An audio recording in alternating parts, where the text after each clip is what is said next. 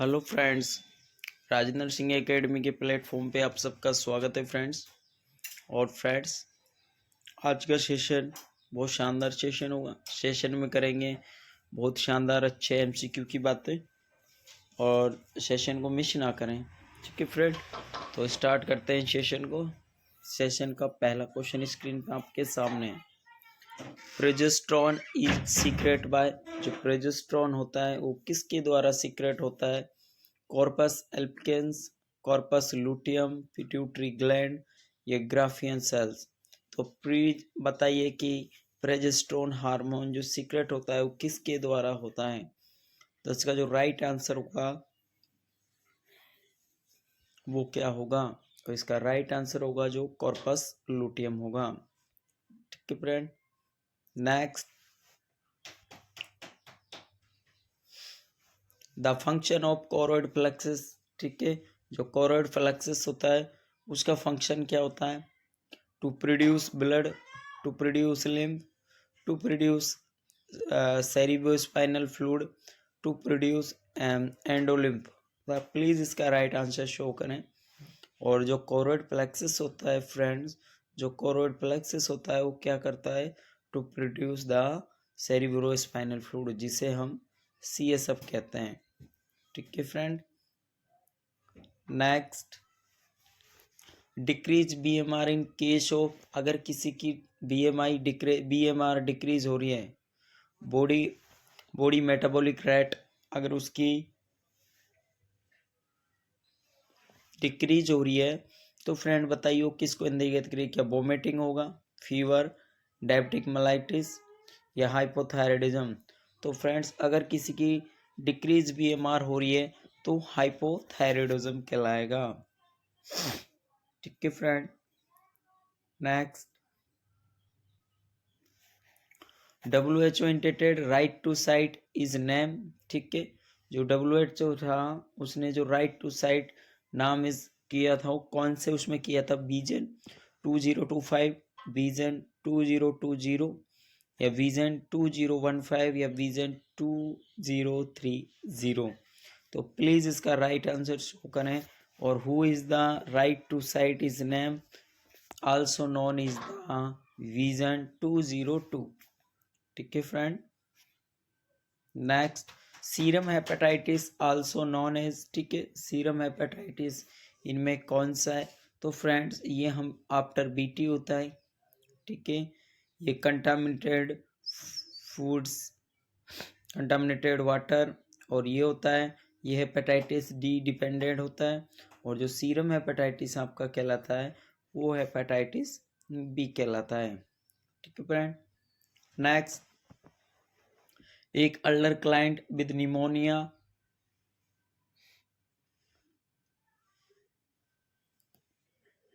एक अल्डर है वो विद क्या है? Pneumonia. Appear with which of the following symptom first. ठीक है, एक अल्डर है और उसको निमोनिया हो गया तो उसका जो फर्स्ट सिम्टम आपको दिखेगा वो क्या दिखेगा? हेमेटोपोइसिस। ठीक है, ब्लड, आपने क्या बोलते, स्पुटम के साथ ब्लड आएगा, या उसको SOB होगा, डिस्निया कोज करेगा, या प्लूरिटिक चेस्ट पेन एंड कोक, खांसी होगी, या फीवर एंड चिल्स होगा, या alter mental state and dehydration. Friend, तो इसका जो राइट आंसर होगा वो क्या होगा? इसका जो राइट आंसर होगा वो ऑप्शन D होगा, alter mental state and dehydration. Next question, which of the following pathological mechanism that occur in the lungs parenchyma allow pneumonia to develop? ठीक है, इसका कहने का मतलब अगर पैथोलॉजिकल हम उसकी मैकेनिज्म को लंग्स करें तो लंग्स पेरेनकाइमा है उसका इन्फ्लामेशन हो जाना। ठीक है, तो क्या होगा? ब्रोंकोटाइटिस या इन्फ्यूजन तो पानी होता है, एटेलेक्टिसिस, एटेलेक्टिसिस या इन्फ्लामेशन। तो राइट आंसर क्या होगा? और राइट आंसर इसका ऑप्शन E होगा, इन्फ्लामेशन। क्या होगा? Inflammation. Which of the following assessment finding would help confirm a diagnosis of asthma in a client suspected of having the disorder? ठीक है फ्रेंड, एक अस्थमेटिक पेशेंट है, डायग्नोस को confined करना है, ठीक है। तो क्या हुआ, इंक्रीज फोर्स एक्सवर्ड वॉल्यूम, ठीक है,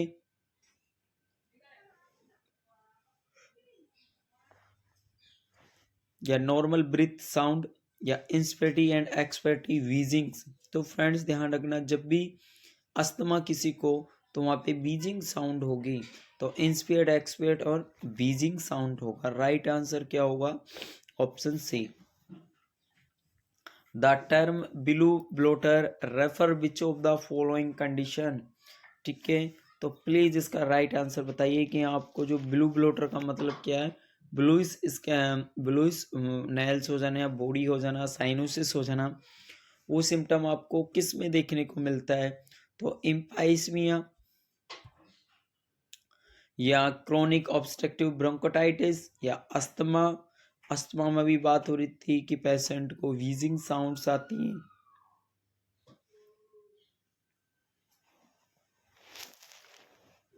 या ARDS, adult respiratory distress syndrome. तो ये पहली बात तो अडल्ट नहीं होता, ये अक्यूट रेस्पिरेटरी डिस्ट्रेस सिंड्रोम होता है, तो ये तो होगा नहीं। अस्थमा भी नहीं होगा। Chronic obstructive bronchitis. Right answer friends option B होगा। The term pink puffer refer to the client which of the following condition, ठीक है। तो पिंक बफर, ये जो पिन पॉइंट लगे हुए हैं, अंडरलाइन हो रहे हैं, इन पे आपको ध्यान देना। Refer to the client which of the following,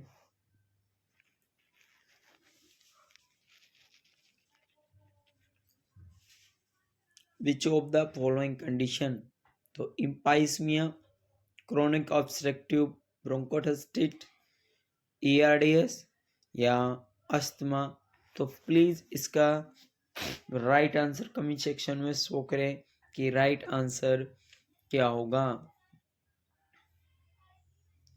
तो इसका जो राइट आंसर होगा वो क्या होगा, इम्पाइस्मिया, ठीक है friend. Next, a nurse plan care for a client with chronic obstructive pulmonary disease. COPD का पेशेंट है, क्या है, COPD का पेशेंट है, ये जो आपको लिखा हुआ है chronic. Now that the client most likely experience what type of acid base imbalance. तो क्या मेटाबॉलिक एल्कलोसिस। तो फ्रेंड्स ध्यान रखना, जो आपको ये मेटाबॉलिक बातें होंगी इनको तो आपको हटाना ही है।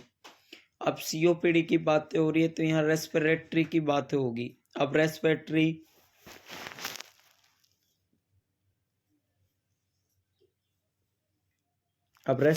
की बातें बताइए, क्या रेस्पिरेटरी एल्कलोसिस होगा या रेस्पिरेटरी एसिडोसिस होगा। तो फ्रेंड्स क्रोनिक, जब भी पेशेंट को क्रोनिक COPD होता है, तो पेशेंट हाइपोवेंटिलेशन कोज करता है। पेशेंट हाइपोवेंटिलेशन कोज करेगा तो पेशेंट को रेस्पिरेटरी एसिडोसिस देखने को मिलेगा, जिसमें पीएच लेवल, जिसकी पीएच लेवल डिक्रीज होगी और जिसका PSO2 लेवल इंक्रीज होगा, ठीक है। ये होगा आपका रेस्पिरेटरी एसिडोसिस। और उल्टा कर दो इसका, पीएच को इंक्रीज कर दो और क्या बोलते हैं, PCO2 को डाउन कर दो, ये आपका रेस्पिरेटरी एल्कोलोसिस कहलाएगा। Next, a nurse is caring for a client with an ileostomy. Understand that the client most at risk for developing which at acid base disorder, ठीक है। तो प्लीज इसका राइट आंसर बताइए। इलियोस्टोमी है, और ileostomy वाले का आपको एसिड बेस इनवैलेंस बताना है। तो क्या रेस्पिरेटरी एसिडोसिस होगा, मेटाबॉलिक एसिडोसिस, या रेस्पिरेटरी एसिडोसिस। तो फ्रेंड्स मैं आपको एक चीज़ बता रहा हूँ, अगर पेशेंट को रेस्पिरेटरी एसिडोसिस की बात हो रही हो, तो आपको क्या नोट करना है, तो आपको देखना है कि रेस्पिरेटरी एसिडोसिस में क्या था, जो पीएच लेवल हमेशा डिक्रीज होगा और जो PSO2 लेवल होगा वह इंक्रीज, क्योंकि जब पीएच कम होगा जब तो पेशेंट एसिडोसिस में जाएगा, ठीक है। अब बात करते हैं, इसकी बात कर लेते पहले रेस्पिरेटरी एल्कोलोसिस की। तो इसमें क्या होगा, पीएच होगी इंक्रीज, क्योंकि पीएच लेवल किससे चला जाएगा, 3745 से इंक्रीज चला जाएगा पेशेंट को, ठीक है। और क्या बोलते हैं उसे, और पीसीओ2 क्या हो जाएगा, इसका डिक्रीज हो जाएगा। तो ये चला जाएगा आपका रेस्पिरेटरी में। अब बात करते हैं इसमें एल्कोलोसिस में। तो एल्कोलोसिस में क्या होगा, दोनों चीजें ही PH and carbon dioxide SCO3 दोनों ही इंक्रीज होंगे, और मेटाबॉलिक एसिडोसिस की बात करें तो दोनों ही चीज़ें डाउन होंगी, ठीक है फ्रेंड। तो अब बताइए इसमें कि इलियोस्टोमी में एसिड बेस बैलेंस कैसा होगा, रेस्पिरेटरी एसिडोसिस। तो फ्रेंड यहाँ पे जीआई सिस्टम की बातें हो रही है, तो यहाँ पे आपको ये रेस्पिरेटरी वाली कंडीशन तो बिल्कुल हटा देनी है आपको, ठीक है। और एसिड बेस बैलेंस होगा जो पेशेंट का यहाँ क्या होगा, तो यहाँ पेशेंट को आपको क्या देखने को मिलेगा, यहाँ पेशेंट को आपको मेटाबॉलिक एल्कलोसिस देखने को मिलेगा।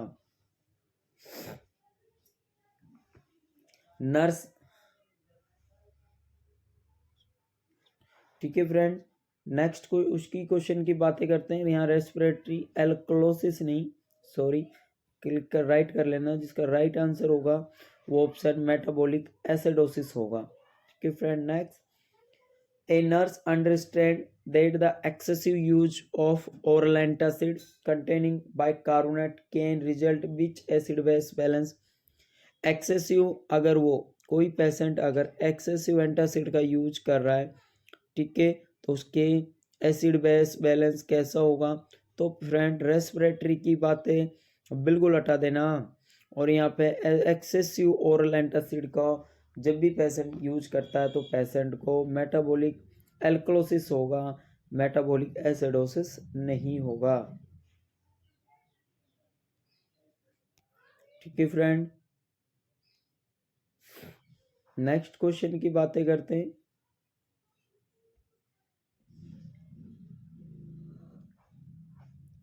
Next question, a nurse is caring for a client after a bronchoscopy and biopsy. Which of the following sign of noted client should report it immediate to the physician। ठीक है, आपने किसी patient को, ठीक है, एक क्लाइंट है, ठीक है, client after bronchoscopy and biopsy, following sign need noted reported immediate physician. आप क्या बताओगे, सबसे जो नोटेड मतलब आप फिजिशियन करोगे, क्या ब्लड स्टिक स्पुटम आ रहा है, क्या उसको करोगे, या ब्रोंको स्पाज्म हो गया है, या ड्राई कफ हो गया है, या हेमेचूरिया हो गया है। तो हेमेचूरिया होना, ड्राई कफ होना, ये सिम्टम इतने डिफिकल्ट नहीं होते जो कि एक ब्रोंको स्पाज्म आना। अगर पेशेंट को ब्रोंको स्पाज्म आएगा तो लंग्स उसके क्या हो जाएंगे, जैसे मान लीजिए ये अपने लंग्स हैं, ठीक है, और अगर इनमें स्पाज्म आएगा, ठीक है, अगर इनमें स्पाज्म आएगा तो इनमें कॉन्स्ट्रिक्शन होगा, ये सिकड़न होगी, तो O2 और CO2 का एक्सचेंज नहीं हो पाएगा, ठीक है फ्रेंड। तो इसका जो राइट आंसर होगा वो ऑप्शन बी होगा, ब्रोंकोस्पाज्म।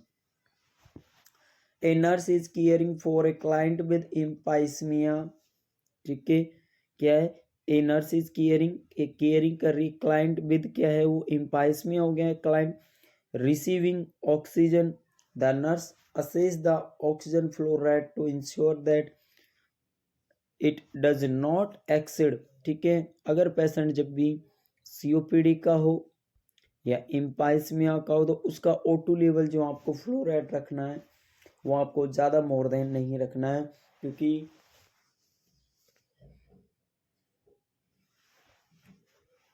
क्योंकि अगर ऑक्सीजन लेवल हम ज़्यादा रखते हैं तो उसके जो लंग्स हैं फ्रेंड्स, मान लीजिए ये उसके लंग्स हैं, मुझे ऐसा ही चित्र आता है, ठीक है, अगर हम इसमें ऑक्सीजन अगर ज़्यादा देते हैं, अगर हम इसमें ऑक्सीजन ज़्यादा देंगे तो उसके फेफड़े ऑलरेडी कमज़ोर हैं, ठीक है, और लंग्स का एक्सचेंजिव भी नहीं होगा, और लंग्स से जो फेफड़ों से बाहर एक्सक्रेट होने लग जाएगी, और क्या बोलते हैं उसे, CO2 का लेवल कम हो जाएगा, O2 का लेवल बढ़ जाएगा, तो होल बॉडी में फिर भी परेशानी होंगी। इसलिए पेशेंट को नॉर्मल फ्लो रेट रखा जाता है, और वो फ्लो रेट कितनी होगी 2 लीटर पर मिनट होगा। ठीक है, नेक्स्ट ऑस्मोटिक डायमेंशन सिंड्रोम। ठीक है, ये कुछ ऐसे क्वेश्चंस आए, इनमें ऐसी चीजें जो मैंने अंडरलाइन कराए इनको नोट करना।